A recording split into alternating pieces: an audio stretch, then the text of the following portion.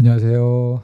자, 오늘 형법 문제 인과관계가 관한 문제입니다. 17년도 순경 2차 시험에 나왔던 건데 오늘 내용은 간단합니다. 오랜만에 좀 간단한 문제 한번 풀어볼게요. 자, 1번에 피고인이 주먹으로 피해자의 복부를 이래 강타하여, 강타를 좀 잘 체크해야 되죠. 강타하여 장파열로 인한 복막염으로 사망케 하였다면 비록 의사의 수술 지연 등 과실이 피해자의 사망의 공동 원인이 되었다 하더라도 피고행위가 사망의 결과에 대한 유력한 원인이 되는 이상 그 폭행행위와 치사의 결과 간에는 인과관계가 있다.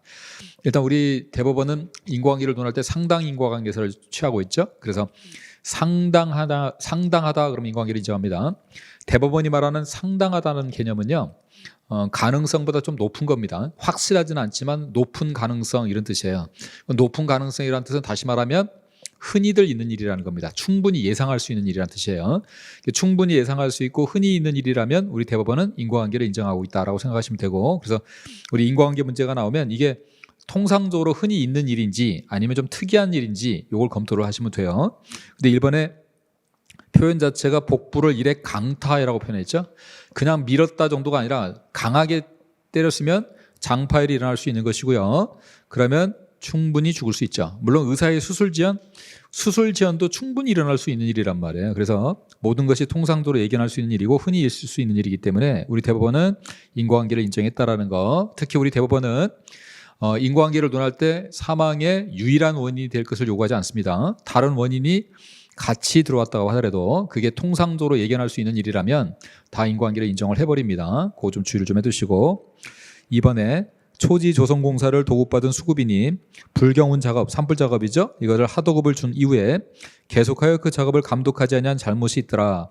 도급을 준다는 얘기는요, 내가 내 밑에 있는 직원을 시키는 개념이 아니에요. 내가 다른 업체에다가 일을 맡기는 겁니다. 그럼 만약에 삼성건설에서 자그마한 회사에다 일을 맡겼을 때 그 삼성건설이 그 작은 회사가 하는 거를 가가지고 가타부타 계속 간섭을 하는 게 아니에요. 그냥 일을 맡겨놓고 거기서 일이 끝나면 확인만 하는 것이지, 이렇게 도급을 했을 때 도급인이 가가지고 그래서 관리 감독할 의무가 없습니다. 따라서 설사 그 나중에 감독하지 않았다고 하더라도 이게 과실이 아니에요. 이 사람은 과실이 아니기 때문에 나중에 살림실에 대한 과실로 불이 발생을 했을 때 도급인은 여기에 대해서 원칙적으로 책임을 지지 않습니다. 도급이라는 것은 내가 밑에다가 다른 업체에다가 일을 맡긴 거예요. 다른 업체에 일을 맡겨놓고 거기 가서 내가 가타부타 하면요, 그 업체에서 갑질하냐고 그럴 겁니다. 그러니까 도급인은 원래 도급을 하면 그 수급인이 하는 일에 대해서 감독할 의무가 없다라고 기억을 하시면 돼요. 따라서 거기에 대한 결과에 대해서 책임을 지지 않습니다. 그래서 상당 인과관계가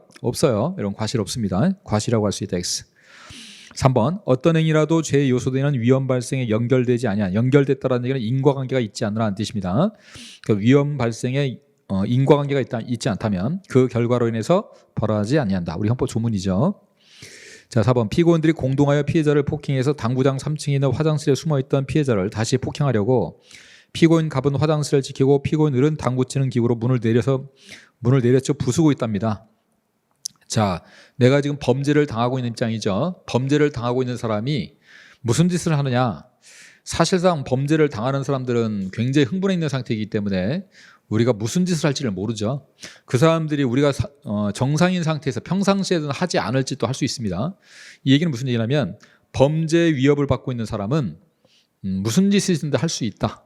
그러니까 우리가 무슨 짓을 할지를 모른다. 그 얘기는 설사 이 사람이 큰 잘못을 했다고 하더라도 충분히 예상할 수 있는 일이라는 뜻이에요. 그래서 범죄를 당하는 피해자가 어떤 일을 하게 되면 실제로 야 설마 왜 그렇게까지 해? 이것도 지금 보면 당구장 창문 밖으로, 화장실 창문 밖으로 숨으려고 했다는 것 자체가 이것도 피해자의 과실이 있는 거죠. 이게 지금 제정신이 아니잖아요.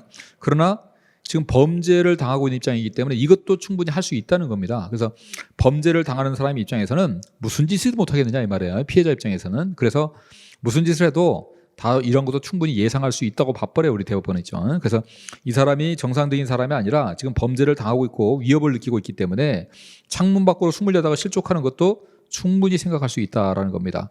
그래서 여러분 판례에 보시면 범죄를 당하는 피해자가 뭐 차를 타고 가는데 막 차에서 뛰어내려 버리죠. 뛰어내려 버리기도 하고 창문 밖으로 뛰어내려 버리기도 하는데 그런 거 전부 다 인과관계를 다 인정합니다. 이유는 범죄를 당하는 피해자라는 겁니다.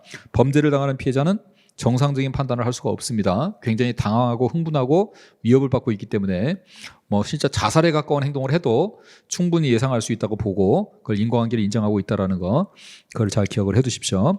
그래서 오늘 문제는 2번 거기 과실 인정할, 도급인한테는 과실 인정할 수 없다라는 거, 그거 정리하시면 됩니다. 자, 수고했습니다.